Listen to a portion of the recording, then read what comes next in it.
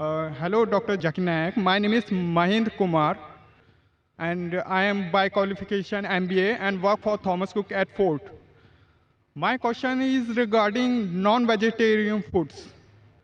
It is allowed in Islam. Animals are living beings. So don't you think that it is violence? And my second question is that is it compulsory in Islam to have non-veg food, and can a pure vegetarian person can follow Islam? Mr. Mahesh Kumar has asked a very good question. He said that in Islam, you all have non-veg food, you all kill animals. Why does Islam give permission to kill living creatures?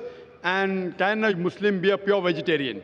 Brother, before I answer the question, I'd like to tell you, a Muslim can be a very good Muslim even by being a pure vegetarian.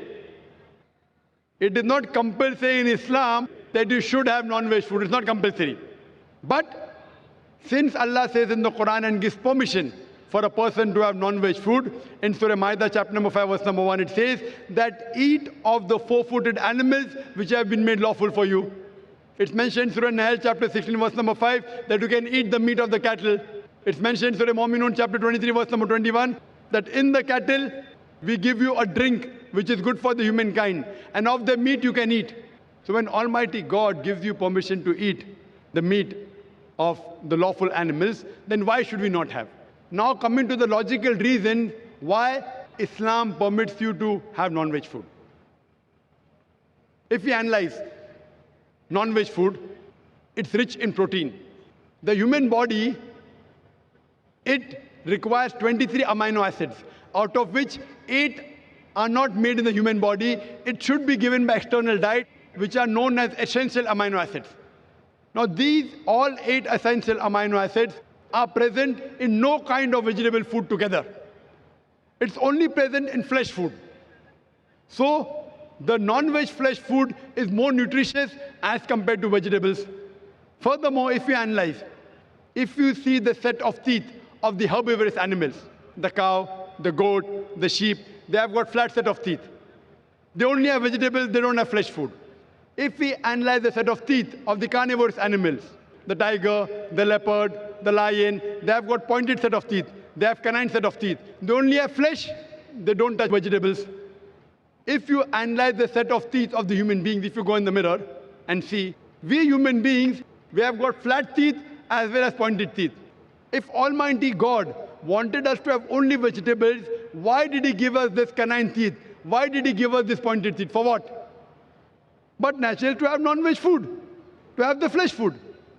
Furthermore, if we analyze the digestive system of the human being, if you compare it to the herbivorous animals, cow, goat, sheep, they can only digest vegetables. The digestive system of the carnivorous animals, tiger, leopard, lion, they can only digest flesh food, they cannot digest vegetables. The digestive system of the human beings can digest both. It has small intestine, big intestine. It can digest vegetables as well as flesh food. It can digest both. So if Almighty God wanted us to have only vegetables, why did He give us the digestive system which can digest both? As far as you analyze, many of the Hindus think that Hinduism prohibits the eating of flesh food. In fact, if you read, it's mentioned in Manu Smriti, chapter number 5, verse number 30. Almighty God has created some animals to eat and some to be eaten. If you eat the animals that have been created to be eaten, then it's not a sin. Manu Smriti, chapter number 5, verse number 31 says that Almighty God created some animals for sacrifice. Killing them is not a sin.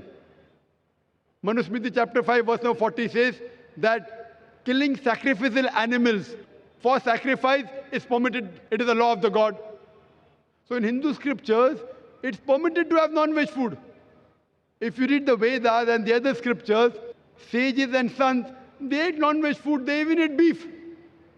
If you read Mahabharata, Anushasan Parv, chapter number 88, when the Pandavas, they gather, Yudhishthir, who is the eldest brother of the Pandav, he asks Bhishma that what food should we give in yagna, in puja, in sacrifice, so that our ancestors will be satisfied. So Bhishma replies that If you give herbs and shrubs and vegetables, our ancestors will be satisfied for 1 month. If you give them fish, for 2 months. If you give them meat, for 3 months. If you give them hair, for 4 months. If you give them goat, for 5 months. If you give them bacon, for 6 months. If you give them birds, for 7 months. If you give them deer, for 8 months. And the menu continues, big menus there. It says if you give buffalo for 11 months. If you give the flesh of cow, our ancestors will be satisfied for 1 full year. And if you give red meat of goat or meat of rhinoceros, they'll be satisfied inexhaustibly. So according to Hindu scriptures, eating non-veg is not a sin. It is because many of the Hindus were being influenced by the Ahimsa philosophy of not killing any living creatures. They started accepting it. But even this philosophy of Ahimsa, as you said, that killing living creature is a sin. Brother, do you know that even plants have got life? Do you know that, brother? Yes. So if you say killing living creature is a sin, killing a plant is also a sin. So why do you have plants? Agreed. Agreed. Very good. Furthermore, there are some people who say, okay, brother Zakir, I agree that plants have got life, but the plants can't feel pain. Therefore, killing a plant is a lesser sin as compared to killing an animal. The point to be noted is that today science has advanced and we have come to know even the plants can feel pain. But the cry of the plant cannot be heard by the human being because human beings hear, the frequency that they hear is from 20 cycles per second to 20,000 cycles per second. Anything below and above this range you cannot hear. So there was a farmer in America who converted the cry of the plant into the human frequency, and you could come to know when the plants were crying, when they wanted water. There's another person who came and argued with me and told me, Brother Zakir, I agree with you that plants have got life, plants can feel pain, but the plants have got about 2 senses less as compared to the animals. Therefore, killing a plant is a lesser sin as compared to killing an animal. I'm asking you the question, brother. Suppose your brother, your elder brother, he is born deaf and dumb. After he grows up, and someone comes and kills him. So will you go and tell the judge, me Lord, give the murderer less punishment because my brother had 2 senses less. He could not hear, he could not speak. Will you say that? In fact, you will say, give the murderer double punishment. He could not hear, he could not speak. My brother was masoom, he was innocent. So in Islam, it does not work like that, 2 senses or 3 senses. The Quran says in Surah Baqarah, chapter number 2, verse number 168, eat of the good things we have provided to you. As long as the food is halal, it's tayyib for you, you can have it.